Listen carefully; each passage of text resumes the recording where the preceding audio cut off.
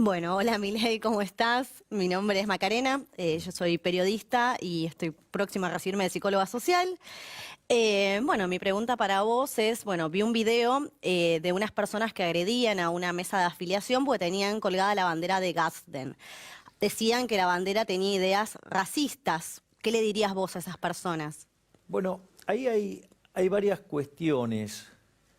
La bandera de Castell se usó por primera vez, así de manera activa, durante la independencia de los Estados Unidos.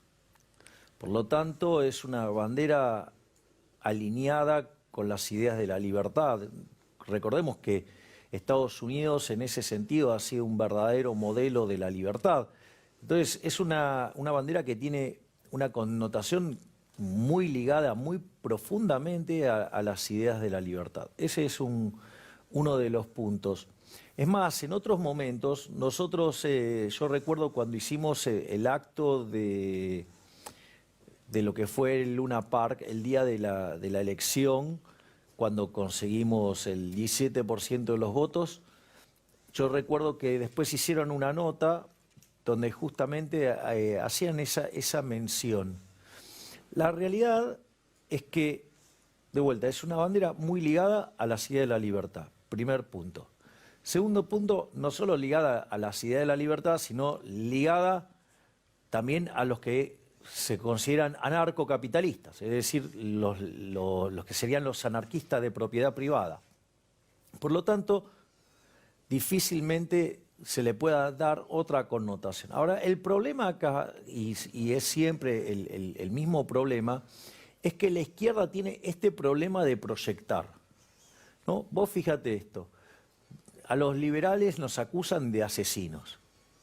Ahora, difícilmente los liberales libertarios podríamos ser asesinos, digo, si nosotros, o sea, justamente nuestro postulado está construido sobre el principio de no agresión, sobre el respeto a la vida, a la libertad, a la propiedad. Pero no solo eso, sino que fíjate que el problema lo tienen ellos, que son los que mataron a 150 millones de seres humanos.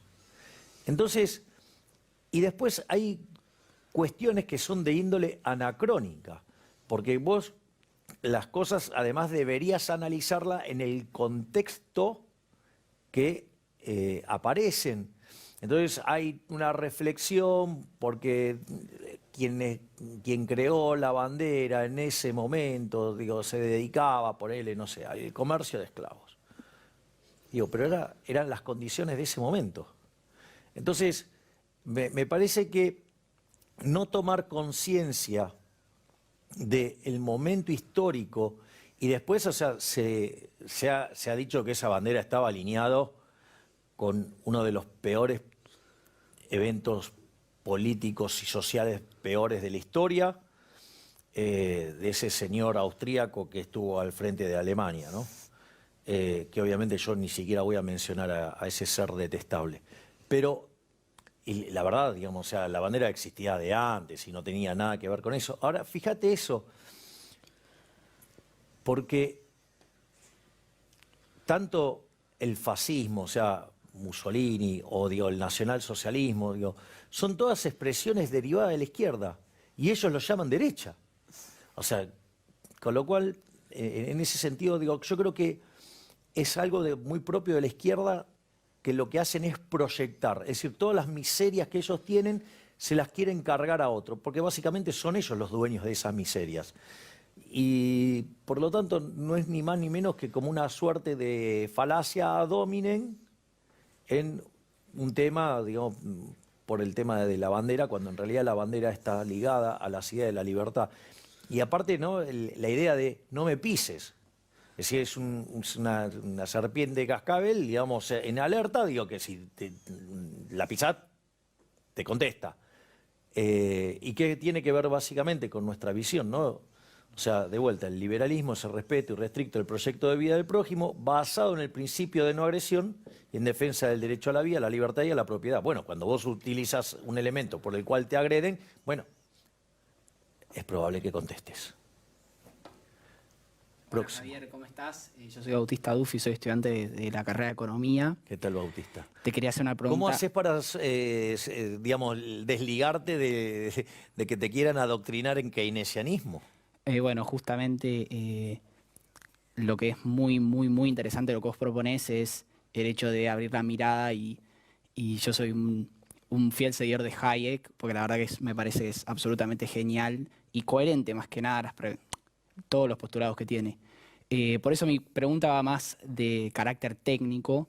Te quería preguntar, luego de la posible eliminación del Banco Central y dentro del sistema de monedas que has explicado muchas veces, y Hayek también, quería preguntarte, el Estado, luego de la liquidación de la base monetaria y demás del peso, ¿en qué moneda recaudaría? ¿Y cómo sería el proceso de definición de esa moneda? A ver, el mecanismo, yo lo voy a explicar porque me parece que vale la pena, es todo el proceso hasta llegar a una moneda, ¿no? O sea, lo primero que hay que entender es que Argentina no tiene moneda. Es decir, ¿qué características tendría que tener una moneda? Por ejemplo, ser reserva de valor. A ver, el peso argentino, con 100 pesos ustedes en el año 2001 compraban $100.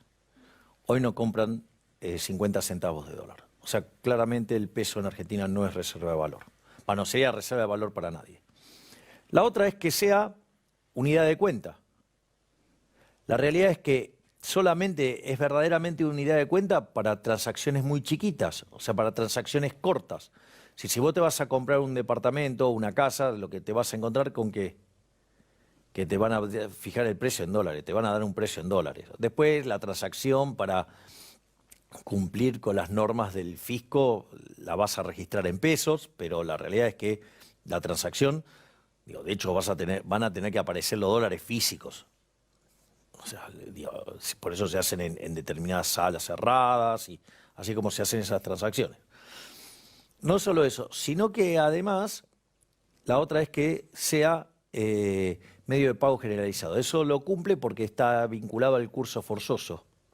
Es decir, ustedes, si alguien les va a pagar una deuda, no pueden negarse a recibir los pesos. Pero eso es porque el curso es forzoso. Pero la realidad es que entonces quiere decir que de las 3 funciones de la moneda, o sea, 2 no la cumple y una la cumple porque está el aparato represivo del Estado encima, si no, no la cumpliría. O sea que lo primero que hay que tener en cuenta es que Argentina no tiene moneda, o sea, no la tiene. O al menos el peso no funciona como tal. La realidad es que tampoco los políticos han sido dignos de tener una moneda, ¿no? Porque desde que tenemos Banco Central le quitamos 13-0 a la moneda, destrozamos 5 signos monetarios, tuvimos 2 hiperinflaciones sin guerra. El único periodo donde no tuvimos inflación era porque el dinero era pasivo, es decir, el Banco Central solamente emitía contra demanda de dinero. Por lo tanto, tampoco hay crédito como para que pudieran tener una moneda, al margen de que yo creo que no debería existir el Banco Central. Y después hay cuestiones de índole técnica, cómo se hace, o sea, porque la pregunta es, ¿por qué existe el Banco Central? La realidad es que ese es un debate que arrancó a mediados del siglo XVI, o sea, allá por 1550, en la Universidad de Salamanca, con lo que se conocen los escolásticos. Y ahí aparecieron 2 escuelas. Apareció lo que se llama la Currency School, es decir, la escuela monetaria, y apareció la Banking School.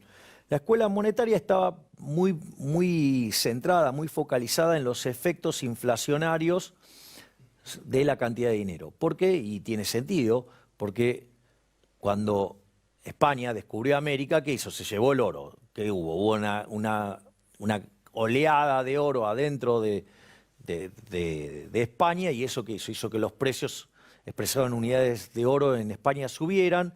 Eso hizo que perdiera competitividad y ese oro se fuera para el resto de los otros países, induciendo una deflación después en España y generando inflación en los otros países. ¿Para qué? Para que se equilibrara.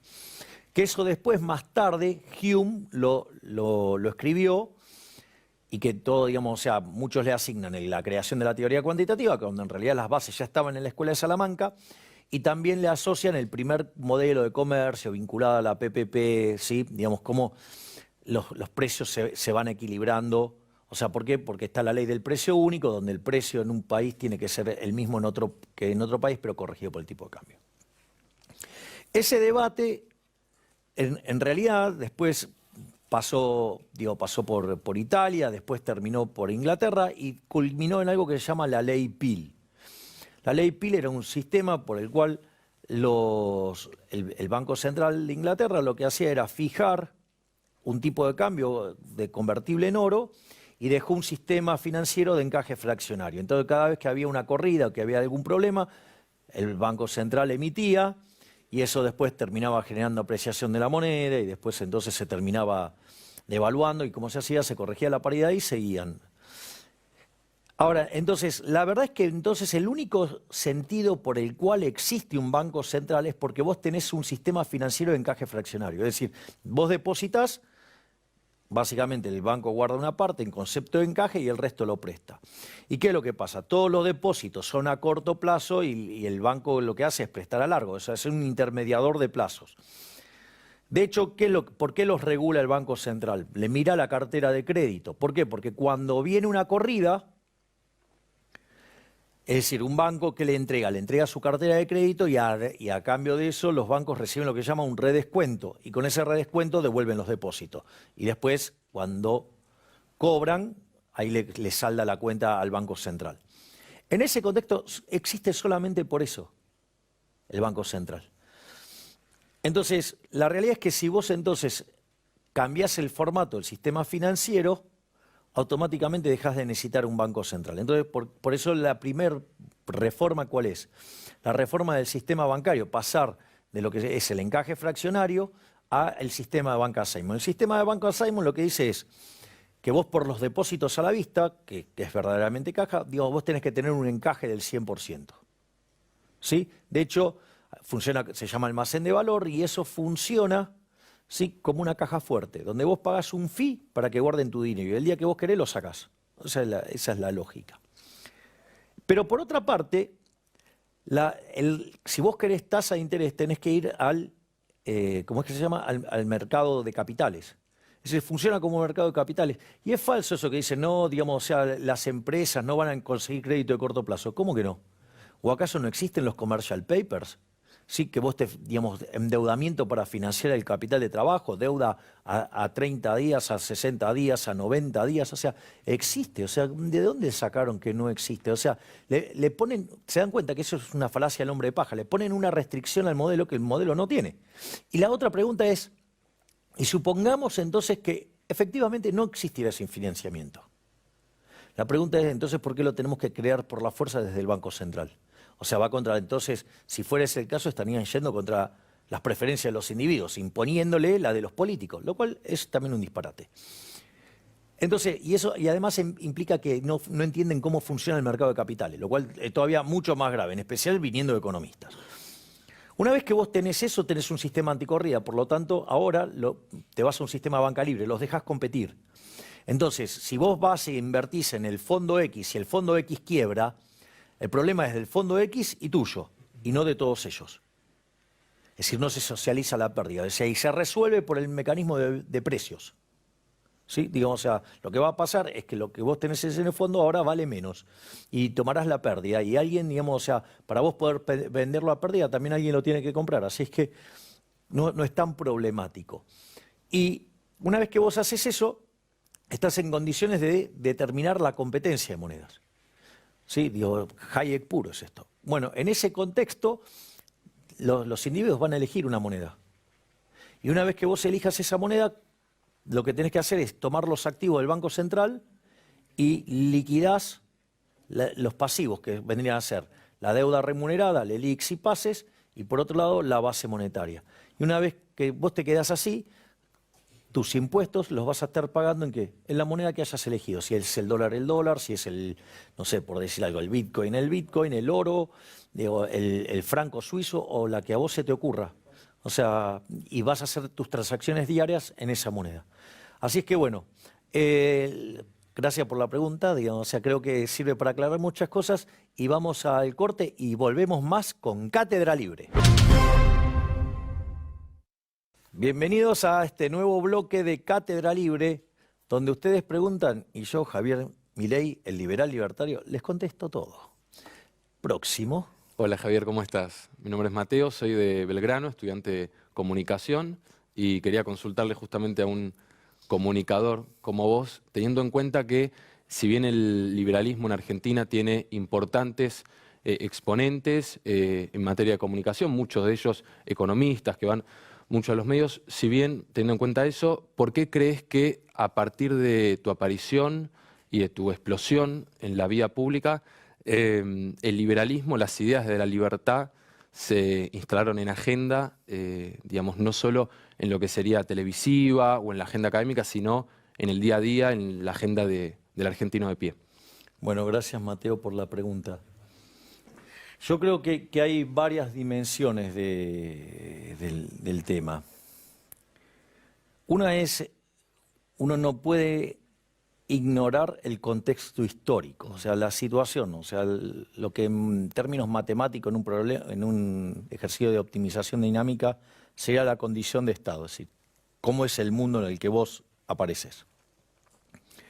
Concretamente, en el mundo que yo aparezco, si vos querés, o sea, yo me empiezo a ser conocido en el año 2014. O sea, yo venía de muchos años de academia, muchos años de estudio, y en ese contexto, que también es algo que pasa a nivel mundial, hoy el statu quo es de izquierda.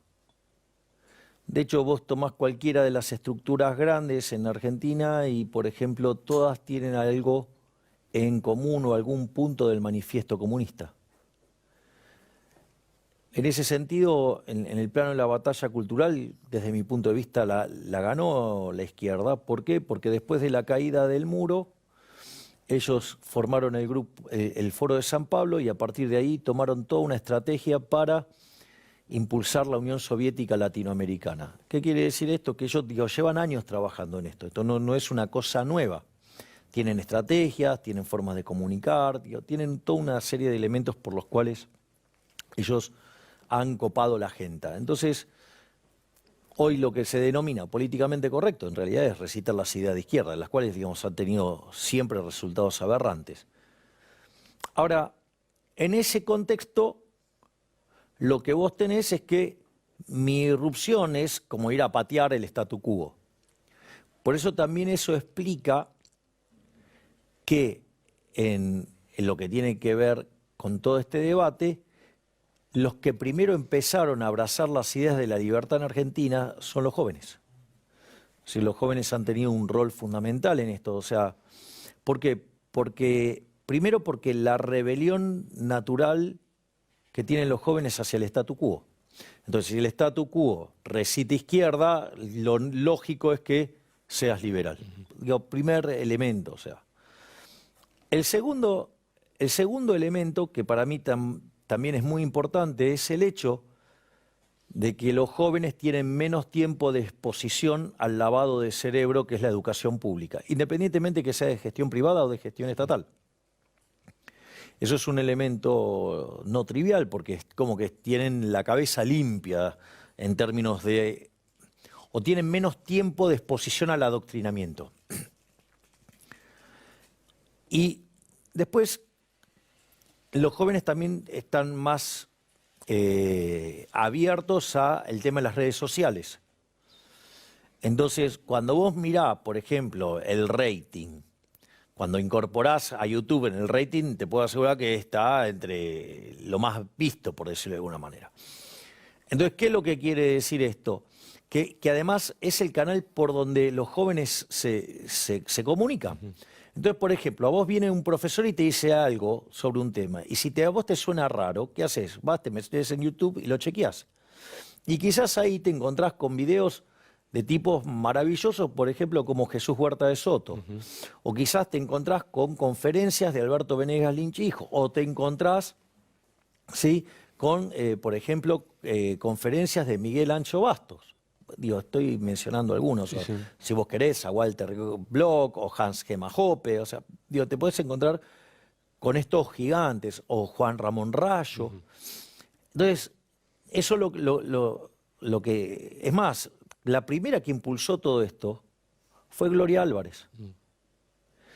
Es decir, que ella da un discurso en España sobre la República, que fue impresionante. O sea, con lo cual me parece que eso también hay que tenerlo en cuenta.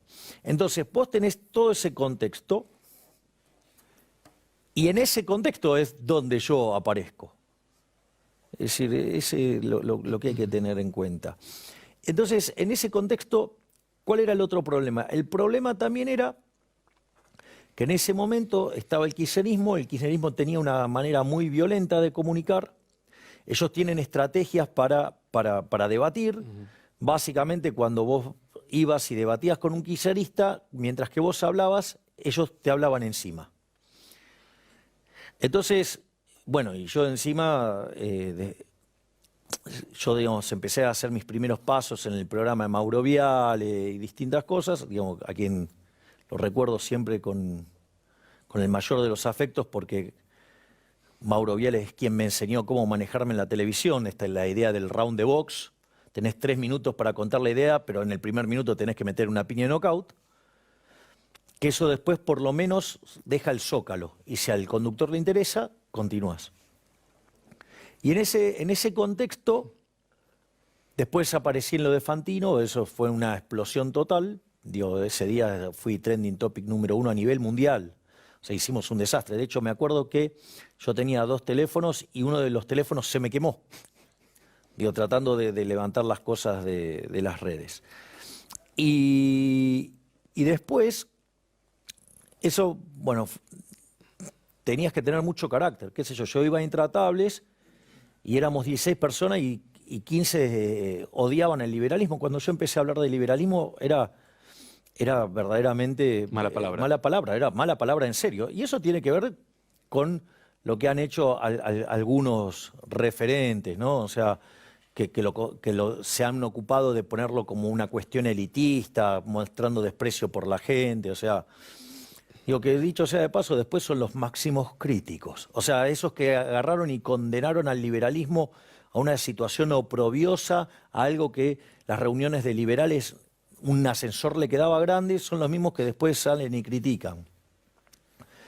Entonces, en ese contexto es como se va enmarcando todo este fenómeno. Y aparte, digamos, por una cuestión de personalidad, ¿no? O sea, yo primero digo... yo soy economista, tengo 2 posgrados en teoría económica, tengo digamos, más de 50 artículos académicos, tengo, bueno, en este momento 17 libros y escribí más de 500 notas de divulgación en diarios. Entonces, lo que hay que tener es que, tener que tener un back para enfrentar esto. Además, la cuestión de la economía estaba muy caliente, o sea, ya la economía había entrado en estancamiento, tenía ya problemas desde el año 2011. Bueno, todo eso lo que permitió es que la economía fuera un tema importante. Había otro tema más que también era importante, no solo lo que tenía que ver con la economía, toda la pelea con el kirchnerismo, pero además, en el caso mío, se combinaban 2 cuestiones más. Una es que como eran tan violentos, vos te la tenías que bancar, o sea, tenía que ser un tipo de personalidad, porque imagínate que ir a un panel y que estuvieras 15-1 no era un tema menor. Bueno, ahí es donde aparece el arquero de Chacarita. Digo, ¿sabes lo que es jugar con toda la tribuna atrás y que cuando te equivocás es gol? O sea, eso te genera los arqueros tienen una personalidad muy fuerte en general. En mi caso particular, un poquitito más. Pero además... No solo eso, sino que tenés que tener en cuenta que yo también fui cantante de rock. Entonces, digo, todo eso generó algo que le llamó la atención a la gente y además como yo hago mucho foco sobre la divulgación y me ocupo de divulgar, entonces eso, que de hecho yo creo que mi máxima ventaja es saber divulgar, yo creo que eso es lo que explicó lo que fue mi irrupción y que después, sumado a que vino la pandemia, se hizo una revalorización de la Ciudad de la Libertad. Y acá estoy. Así es que bueno, vamos al próximo bloque y después seguimos con Cátedra Libre. Bienvenidos a otro bloque de Cátedra Libre. el programa donde vos preguntás y yo, Javier Milei, el liberal libertario, te contesto. Todo. Estimado. Buenas tardes, Javier. ¿Cómo estás? Mi Bien. nombre es Axel. ¿Qué tal, y Axel? quería consultarte, ya que acá somos todos jóvenes, vengo a proponerte un tema que es sabiendo que hay muchos jóvenes que se quieren ir del país, estando incluso a punto de entrar al mercado laboral. ¿Cuál es tu propuesta como candidato a presidente con respecto al sistema jubilatorio y al aporte obligatorio? Y además, si estas reformas ya están preparadas como para aplicarlas inmediatamente. Vamos por partes, porque son varias cuestiones las que vos estás preguntando. Y todas tienen interrelación. Es decir, porque la población juega un rol fundamental en el proceso de crecimiento económico. En ese contexto, vamos por los chicos que se quieren ir, los jóvenes que se quieren ir del país. En realidad, lo que vos encontrás es que eso está vinculado a la falta de oportunidades. Ese es el primer elemento central. Argentina es una economía que su Producto Bruto no crece en nivel desde el año 2011. En términos de PBI per cápita estamos 16% abajo de ese nivel. Estamos en niveles parecidos al del año 73 y niveles de productividad del año 50. Eso hace que los salarios sean absolutamente miserables y por eso tenemos más de 40% de pobres y 10% de indigentes. Ese es el plano general. La contracara de esto es que, evidentemente, si vos estás en esta situación es porque claramente no has acumulado capital. Es decir, vos no tenés algo que te vaya impulsando la demanda de trabajo como consecuencia de que vos destruís sistemáticamente los derechos de propiedad, por ende no invertís, y si ahorrás, tratás de fugarlo porque sabés que el Estado te va a robar. Entonces, ese castigo al ahorro, ese castigo a la inversión se traduce en niveles de bajo nivel de acumulación de capital y consecuentemente no se generan puestos de trabajo y además la productividad es baja y por ende los salarios son bajos y por eso aparecen los pobres y los indigentes. Es decir, que la falta de oportunidades, eso hace que vos tengas que junto a un mercado de trabajo repleto de regulaciones, de hecho las leyes que regulan el mercado laboral en Argentina son propias del sistema fascista, de hecho están inspiradas en la Carta del Laboro de Mussolini.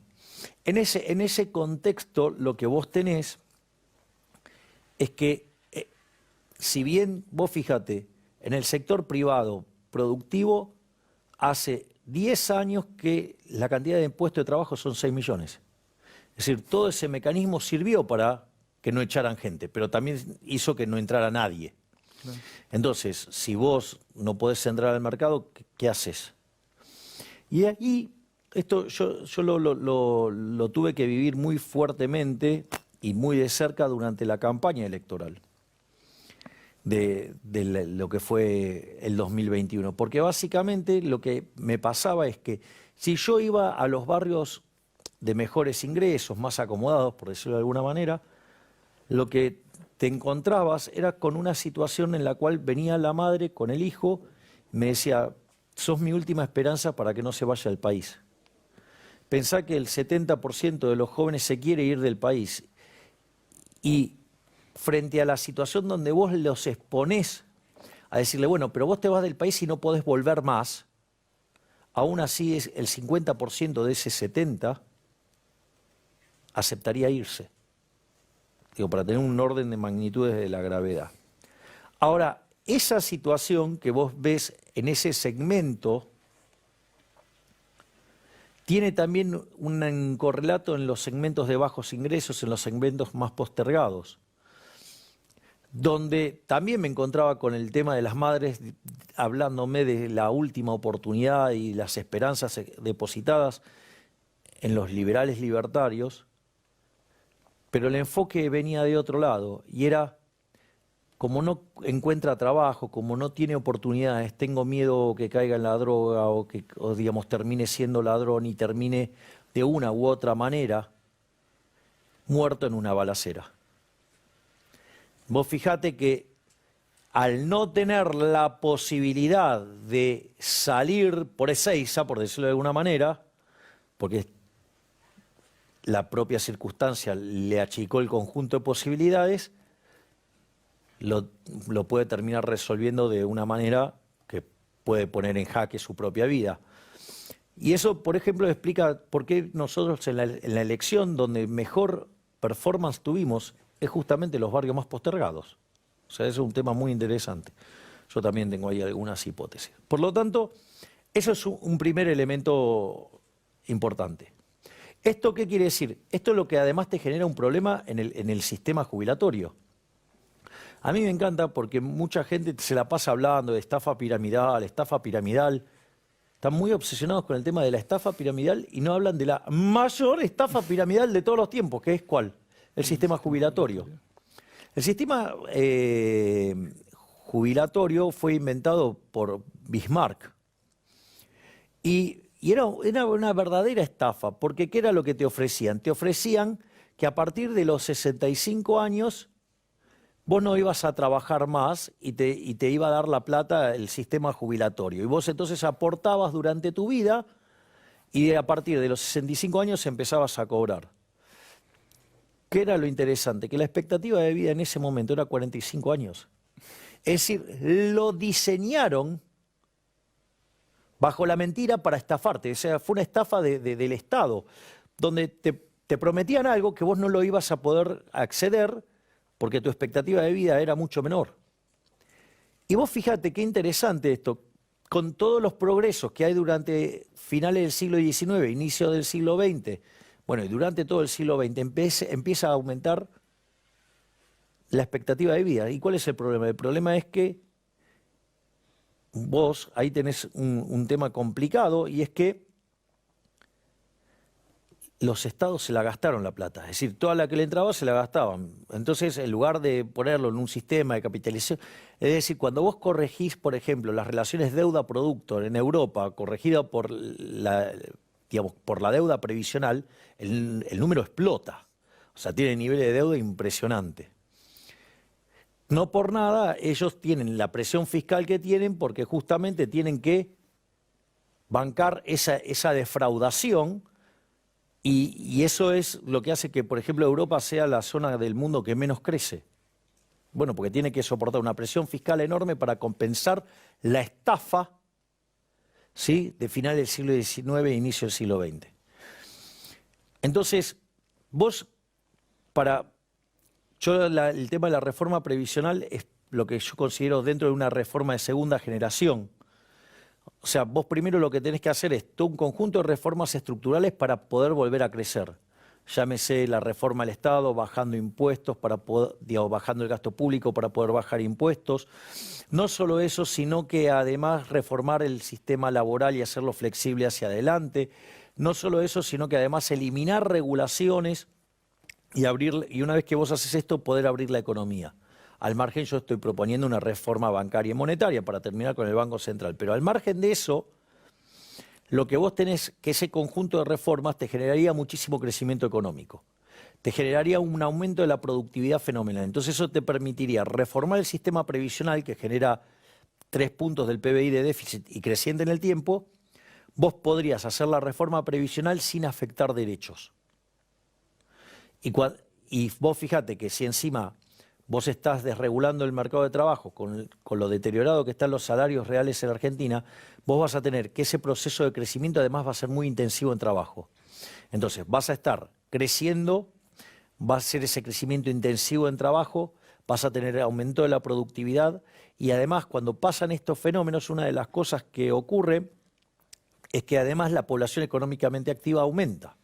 Entonces vos vas a tener todo un shock de ingresos fenomenales para lo que es el sistema previsional y lo que hay que cuidar es que los políticos no lo roben y que eso poder hacer la reforma del sistema y ir a un sistema de capitalización hacia adelante y eso después lo que va a generar son nuevas vueltas de crecimiento. Ese básicamente sería el programa en lo que corresponde a la reforma del sistema previsional. Pero bueno, ¿se ha terminado un bloque? Qué buena pregunta metiste, Axel. Bienvenidos al último bloque de Cátedra Libre, donde vos preguntás y yo, Javier Milei, el liberal libertario, contesto. Vamos con tu pregunta. Buenas tardes, Javi. Mi nombre es Jeremías, tengo 14 años ¿Qué tal, y Jeremías? estoy estudiando segundo año en el secundario. Y bueno, mi pregunta sería respecto a qué harías sobre los desechos que largan las industrias en el medio ambiente. Bien, ahí la cuestión, eso la teoría económica lo tiene resuelto. Es decir, no es que no lo tiene resuelto. Esos problemas es lo que se llama, en microeconomía se llaman externalidades. Es decir, vos estás produciendo y estás básicamente contaminando, ponele un río. ¿Y por qué, digamos, lo contaminas? Porque no es tuyo. Es decir, hay un problema de derecho de propiedad. Es decir, que es, por ejemplo, lo que te pasaba con la tragedia de los comunes. Mirá, mientras que, digamos, el pasto no era de nadie, era una propiedad comunal, todos ¿qué hacían? Lo utilizaban todo lo que podían y nadie se preocupaba o se ocupaba porque esas pasturas se mantuvieran, por decirlo de alguna manera. Y la consecuencia fue que todos salían perdiendo. ¿Y cómo se arregla? ¿Cómo se arreglan estos problemas? ¿Cómo se arregla un problema de externalidad? Con derechos de propiedad. Por ejemplo, lo hago con un caso muy simple. Suponete que vos, esto es típico en Estados Unidos, ¿no? O sea, por eso digo el ejemplo lo desarrolló en Estados Unidos. Vos vas a la universidad y te vas a donde están los dorms de la universidad y vos tenés un roommate, ¿no? O sea, un compañero de cuarto. Entonces, ¿cuánto se va a fumar dentro del cuarto? ¿No? O sea, vendría a ser ese el punto. Bueno, todo depende de quién tiene el derecho de propiedad. Si está prohibido fumar, el derecho de propiedad, ¿quién lo tiene? El que no fuma. Entonces, el que no fuma está dispuesto, a cambio de algo, dejar que el roommate fume. O, si vos podés fumar y el derecho de propiedad entonces lo tiene el fumador, el que quiere el aire limpio está dispuesto a pagar para que fume un poco menos, o sea, hacer algo para que fume menos. Bueno, es decir, vos fíjate que, y entonces, ¿qué va a terminar habiendo? Y va a haber un punto de negociación donde eso es óptimo, qué nivel de contaminación vas a elegir, por decirlo de alguna manera. Si vos, esa empresa que contamina el río, vos le integrás la propiedad, ¿sí? Entonces, ¿qué es lo que pasa? Internaliza ese daño y como no se va a dañar a sí mismo y lo va a utilizar para tener un rédito económico, lo que vos vas a tener es que, asignando el derecho de propiedad, vos vas a poder resolver el problema. El problema que supuestamente el Estado resolvería con algún impuesto piguviano, que necesitarías conocer un montón de cosas que Hayek te diría, vía la fatal arrogancia, que no las conoces. O sea, lo mejor sería asignar derechos de propiedad. Y eso lo que va a hacer es que como vos ahí internalizás ese daño, automáticamente dejas de causarlo. Y solamente va a haber la calidad de medio ambiente que la gente decida con sus decisiones de demanda. Porque en el fondo la calidad de un producto, donde al producto le podrías poner su calidad ecológica, lo va a determinar la gente con su acción de demanda y vas a tener la cantidad de aire limpio óptima, si vos querés, acorde a las preferencias de la gente. En los que queda ahora de este bloque, si les parece y quieren agregar o sumar alguna pregunta más, ustedes me dicen o quieren debatir algún tema o quieren plantear algo. Sí, Mateo. Sí, te puedo consultar, Javier, teniendo en cuenta, bueno, que sos cristiano, pero vi en un par de entrevistas y demás que declaraste que si te habían consultado, si no fueras economista, que serías, dijiste, rabino. Sí. O, por ejemplo, con el tema también del estudio de las escrituras, quería consultarte cuándo, cómo, por qué surgió este interés tan fuerte por el judaísmo. Mirá, yo daba clases particulares a una persona que vino y me hizo este planteo. Mirá, yo quiero estudiar economía y la verdad que no tengo ganas de estudiarme toda la carrera. Entonces quiero estudiar las materias básicas para poder entender de qué se trata y no tener que fumarme toda la carrera. Entonces le diagramé un programa. Y yo le iba dando clase y me hacía unas preguntas que eran tremendas. O sea, y lo que yo decía, ay, cómo me gustaría poder hacerme ese tipo de preguntas a mí, porque son preguntas fabulosas. Y en ese contexto, nada, agarré y le pregunté, che, ¿de dónde sacas estas preguntas geniales? Entonces me dice, no, para mí es absolutamente natural, claro, porque él durante la mañana estudiaba para rabino. Y una de las cosas que me enseñó es que cada vez que vos tomabas un párrafo de lo que va a ser la parashá de esa semana, también los leen desde distintas interpretaciones. O sea, vos cada fragmento de la Torá vos la leés a lo largo de todo el año y la terminás completa. La Torá son los 5 primeros libros del, digamos, que es el Pentateuco.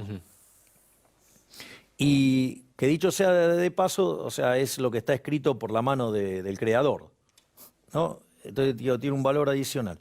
Y en ese contexto, nada, a mí me sorprendió, me generó inquietud y bueno, y después tuve suerte de ir vinculándome con más personas de la comunidad judía y después conocí a un rabino que es una superestrella y se convirtió en mi guía espiritual, por decirlo de alguna manera. Y el enfoque con el cual miran estos temas me parece sumamente revelador y que te genera una apertura que vos decís, wow. Y lo mejor de todo es que está todo. Y te voy a dar algo, digo, o sea, y con esto voy a rematar este segmento. Cualquiera de las festividades que vos tomes de judías, siempre se recuerda la salida de Egipto. Y todas las festividades siempre tienen alguna referencia y además todos los días se recuerda la salida de Egipto. Es decir, que todo el tiempo se habla ¿de qué? De la libertad. De la libertad. Entonces, ¿cómo no me voy a sentir identificado con todo lo que leo y estudio? ¿Sí?